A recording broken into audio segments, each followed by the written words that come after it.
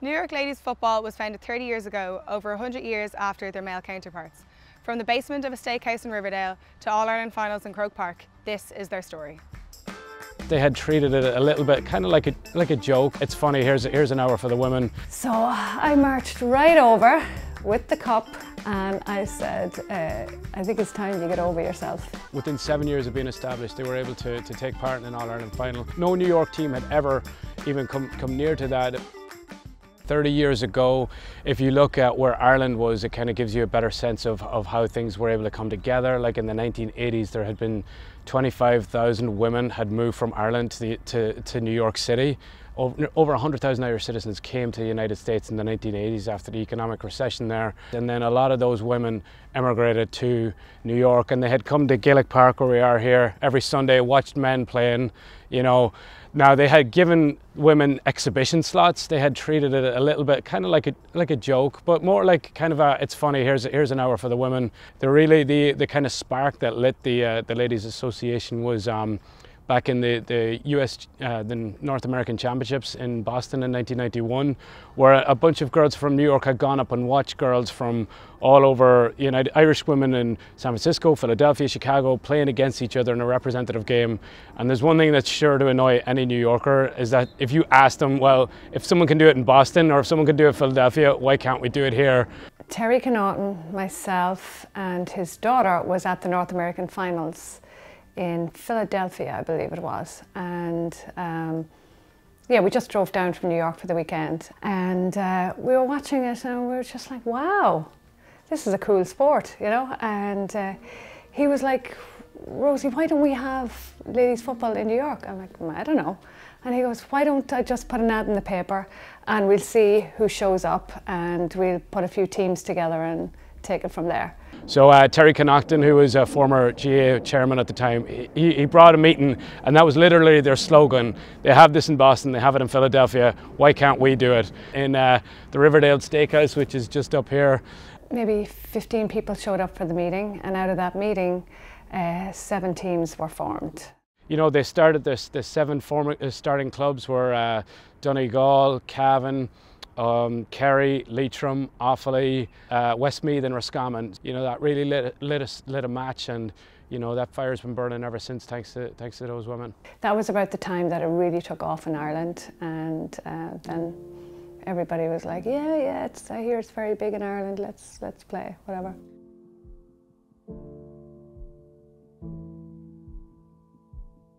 Even after setting up the New York LGFA, it wasn't all smooth sailing, as some people still struggled to accept the game.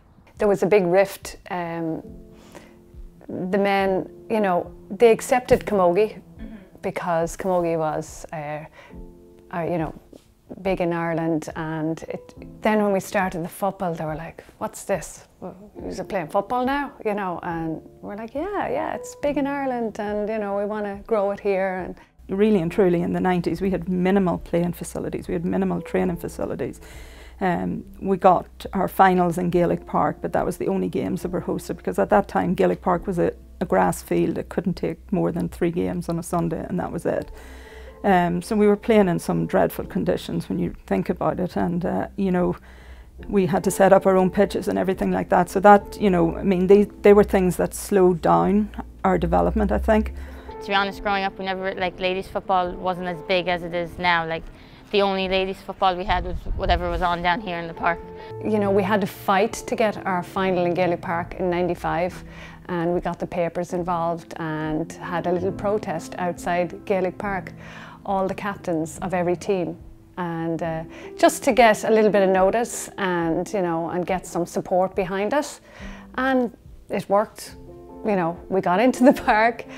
And I'll never forget the first ladies' final in '95, and they were presenting the cup to us after, and I was like, "So where is the chairperson of the New York GA?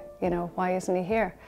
They said, "Well," he said, "I'm going to leave while this game is on. Call me and let me know when it's over, and I'll be back." So I marched right over with the cup, and I sat down beside him, and I said, "I think it's time you get over yourself." I said, the fastest growing sport in Ireland, and we want very much to play it over here, and we need the support from you guys. And you know, he cracked a smile and we got talking, and you know, and it kind of broke the ice, and we had a couple of drinks and he came back to the park with me. So that was it.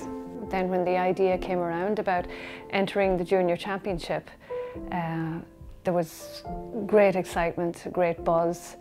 I think the belief came when we went back in '94 and did an all-star tour. We had done really, really well in all the games, and you know, it was kind of like a trial run, if you know, could call it that.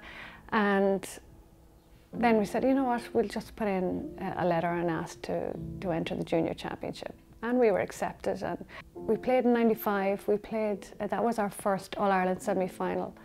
It was against Tyrone, and we lost by a point.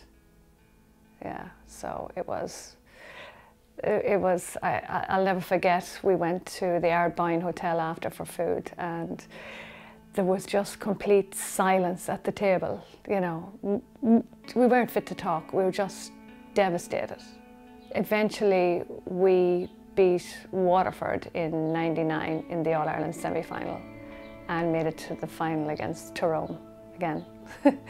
And that was our first trip to the All-Ireland final. Within 7 years of being established, they were able to take part in an All-Ireland final.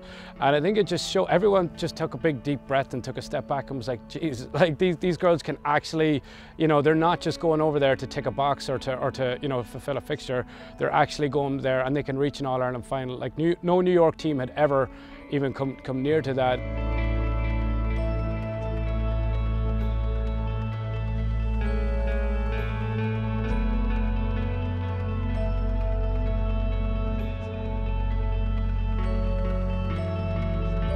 I'll never forget that day actually when we ran onto the field in Croke Park, and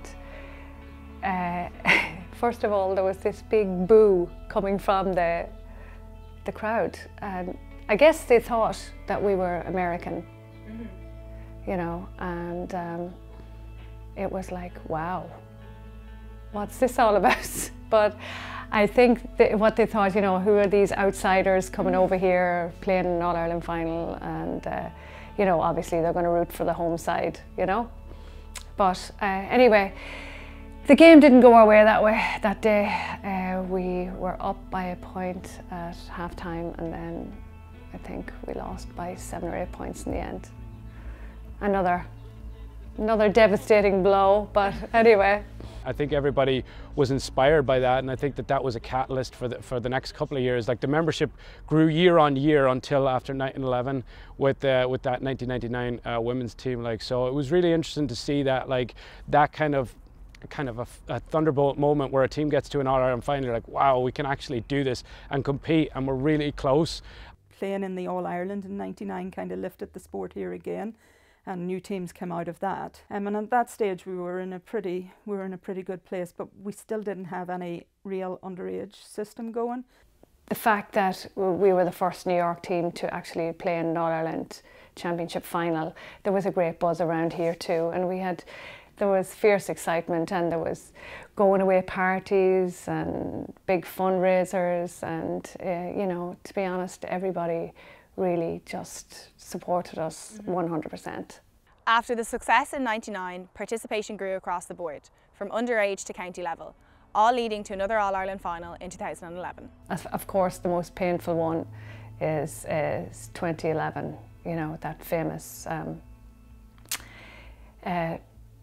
3 trips in 6 weeks, which, you know, was a killer at the end, you know. Financially, and you know, for the girls we basically played the All-Ireland final. It was a draw. We came back the next day, and a week later we turned and back again for a replay. So in 2011, I mean, one of the biggest costs we had, we were participating in the All-Ireland series, so we had gone home, we had played in a quarter-final and semi-final. So that involved a 7-day stay in Ireland. So that trip probably cost about $80,000. We went back for the All-Ireland about a month later, and that involved probably another 50,000. And little did we know against Wicklow that we would come back to level the game and for a draw. And at that time there were no extra time in All Ireland finals, so we had to return back 2 weeks later for a replay. And that was just, our thought was, number one, we're booking flights kind of last minute, so flights were going to be so much more expensive. So we went back wondering how we were going to get this money.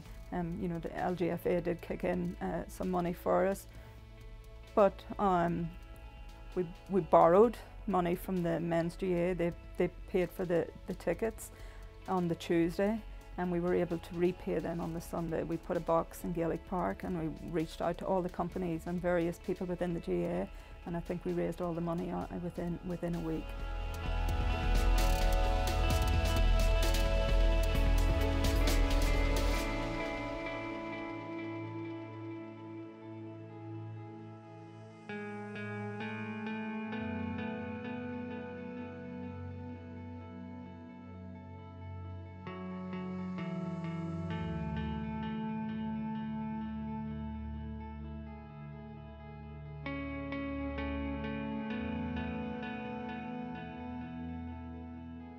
It's like when you're so close, like it's like it has to be our year, some year, and you have that in the back of your head all the time, and it's like, okay, I'm going to give it another year, I'm going to give it another year, another year.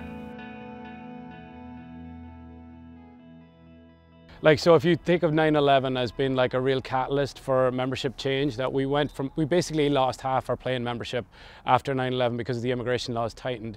Interestingly, with COVID, we almost had a membership increase. So this year is the first time that we're going to have over 1,000 girls, underage and adults, play Gaelic football in New York, which is an amazing moment for us when you think of, like, the GA started with 12 people in a room figuring out, could we get a club team 30 years ago? Now we have 1,000 young girls who are going to play Gaelic football this year. And then we also have like things like Score is very powerful. Like, we have, you know, our New York minor board, the senior men's team that will play on Sunday. There'll be a lot of Irish Americans playing there as well. Like, so, like, when you see the growth, it's not just something that is on a PowerPoint. Like, it's something that's actually like very powerfully like visible. Like, we're going to be on Sunday, you know, GA Go and Sunday Game with showing off our Irish Americans and our Irish immigrants. And, you know, this year we'll go to the All Ireland Championship, Féile, the New York team are in the very first Tailteann Cup. So, you know, the growth here is very, you can physically feel it, like, in the last couple of years. And, like, you know, from where we could have been with COVID, other units have saw huge membership declines. People went home, people were done with it. But, you know, for us, it built a sense of resilience in the Irish community, and that's why I think we're able to not just, you know, build on it, but now we're able to really enter into high-level competitions, and that, you know, really wasn't the case. Gimmert pel genú áireach tá sé ionintach agus tá sé is rud an bhródúla romsa. Go háirid man na tháinig man nún as medica bhí sé ionintach gur fudan an seo nú áireach agus just feiceáil gúil sport fós bu agus bríomhar an seo chomá tá sé antáhachtach agus tá sé just couldn't sé bród am chraí. Unfortunately, we were not able to participate in the junior championship every year because it is a huge financial burden for the county board to take on, because, you know, in truth, without single preparation, just in general to participate in those games, you're talking anything in the range of $100,000 to $200,000, you know, and, you know, our working budget is very low on a year, so, you know, we really depend on the local community to step up and help us. We're probably the only county team in Ireland that have to pretty much raise the funds to actually travel to the games. The girls have to take part in the fundraising as much as everybody else. It's a big commitment for everybody who does participate, and, you know, it is always a worry that you're not going to raise the money. And we do realise post-pandemic that support is not as strong as it was, and we have to look at alternative lines. I mean, a lot of businesses that have been supporters of ours over the years are gone since the coronavirus struck. So that's something that we would be extremely, you know, looking for new lines of revenue to fundraise, and, you know, that's what we're working on right now. You know, we lean on the GAA a lot, so like this event and this celebration of 30 years is sort of our way to give back and sort of, you know, make sure that what we've achieved over the last 30 years in New York can continue on for the next 30. Yeah, it's amazing because I guess whenever I started playing football here, I just kind of was very naive. I just landed here and was like, okay, where are the games? Like, where do I get my jersey? I just sort of thought everything was done for me. You know, the way in Ireland, like a club has been around for decades and, you know, there's a whole village behind it and you don't really need to look for anything, it's already there. But, you know, here it's different because there's 5 boroughs in New York, you know, it's such a big place, you know, just like Queens itself has a bigger population than Ireland. So I think it sort of showed me from looking at 30 years ago how the ladies had to like fight to get facilities, to get support, to get even recognised and to even get a game in Gaelic Park. It wasn't until the 90s that the women finally got to play in Gaelic Park. Before that they were playing in different fields that didn't even have goalposts. So I think it's made me feel very lucky to have what we have, but also realise that like we have still got a lot of work to do. But it's showed me as well that how valuable it is to be involved with the GAA, because these women that we're going to be talking to today have, you know, their lives in America have really been founded on their association with Gaelic football. Today's event is really it's a celebration of where we've come from 30 years on, to see, you know, and bring together some of the people who were there 30 years ago, who started it all, and to the people who are really pushing it today. You know, that's what's important. But I think ultimately my feeling is this event is all about increasing our profile. I mean, we've been around for 30 years, but most people don't even know we exist. So we just have to look at ways to push that profile to ensure that we're represented as just, you know, we've been in 3 All-Irelands. We haven't had a victory yet, but who knows, this year could be the year, 30 years on. You know, we've played in Croke Park, so our girls have graced that ground that so many would love to play in, you know, so, and have done it 3 times is just amazing. You know, so when you go into competition, if you were to look at New York, the New York GAA, you know, they haven't had that chance or gone that far, you know, whereas the ladies have made it to the top ground in junior football, and you know, would hope that we can reach more people who realise the work we're doing here. You know, it's not just, we're not just important players. We've done a huge amount of work on development. We have a development office here that the ladies had a huge part in bringing and starting. You know, and that's very important to us. Games development is what it's all about. We have huge cool camps. We have, you know, these are the things, but they all cost money, and you know, that's at the end of the day we do need to find you know, someone who sees our dream, you know, of these young players, all these young Americans who are playing with us right now, their chance to represent their county, you know, in the All-Ireland series, and there's nothing like it. I mean, they will tell you. I have friends who played in the World Games in Croke Park a few years ago, and going up the steps to receive their trophy, you know, what that meant to them. You know, they were all born here and was so important to them, you know. So that's what it's all about, you know. This is what we started out, is to allow our young New Yorkers to go home and play in the All-Ireland series, you know. And we just hope that we find a friend who agrees with us that that's what it's all about. In order to help the younger girls coming through with the right coaching and be able to send our Féile team to Ireland as well as our adult ladies team to compete in the All-Ireland, we need funding, and this event, one of our main goals was that it's something that will last forever, and we'll have this sort of empowering women sort of initiative that will exist for a long time. So there's all sorts of opportunities to donate and sponsor the New York ladies on empoweringwomenny.com, and that's something that we're going to continue to use as a launch pad for our events and our initiatives going forward.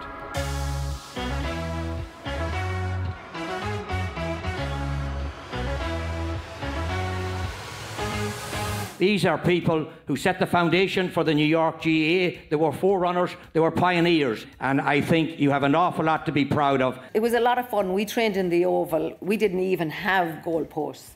They put a little soccer net together and we kicked into that. But we made do with what we had. Like, I was very lucky, all the All-Irelands I played in, most of them ended up in a draw, which at the time was a curse, but it was really a blessing, because you really got another go at it, and you got to experience everything like 2 times. Do you know what I mean, for an All-Ireland final? But just not to cross that line that year. It was one of the best teams I think I've ever actually played on, and the only thing that beat us was lack of match practice, because that year, like, we should have won that. I remember watching that 2011 game at home and being like, I want to get there. So it's not that you felt you had to prove yourself, but you just wanted to get to that level that they were at.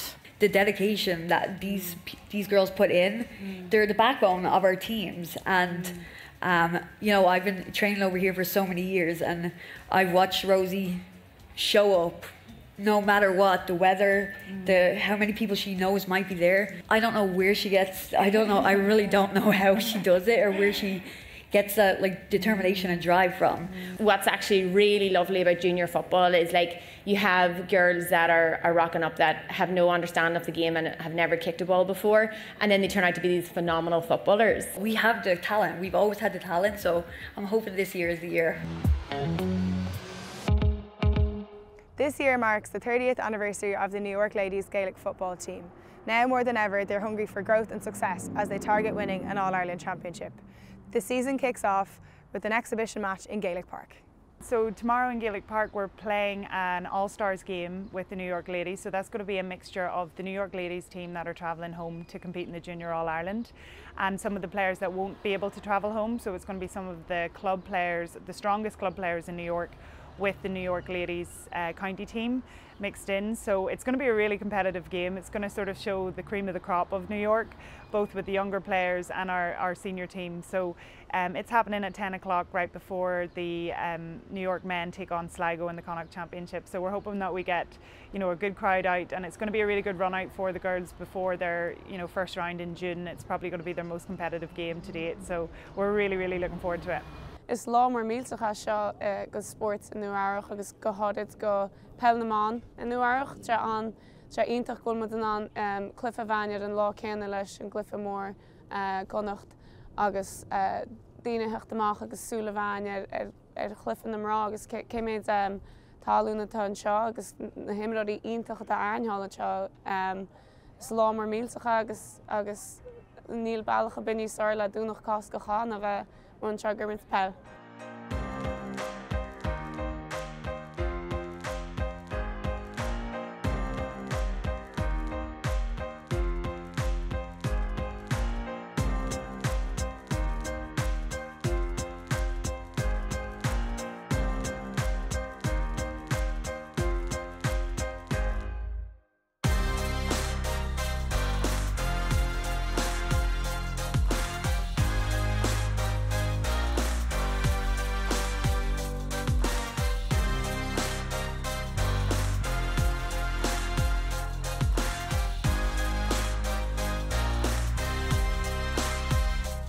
Yeah, it was good. It shows a lot of promise. You know, we were able to field 2 teams, which shows the interest, but it also, like, now we know where we need to work on. So it's definitely a good start, but there's work to be done.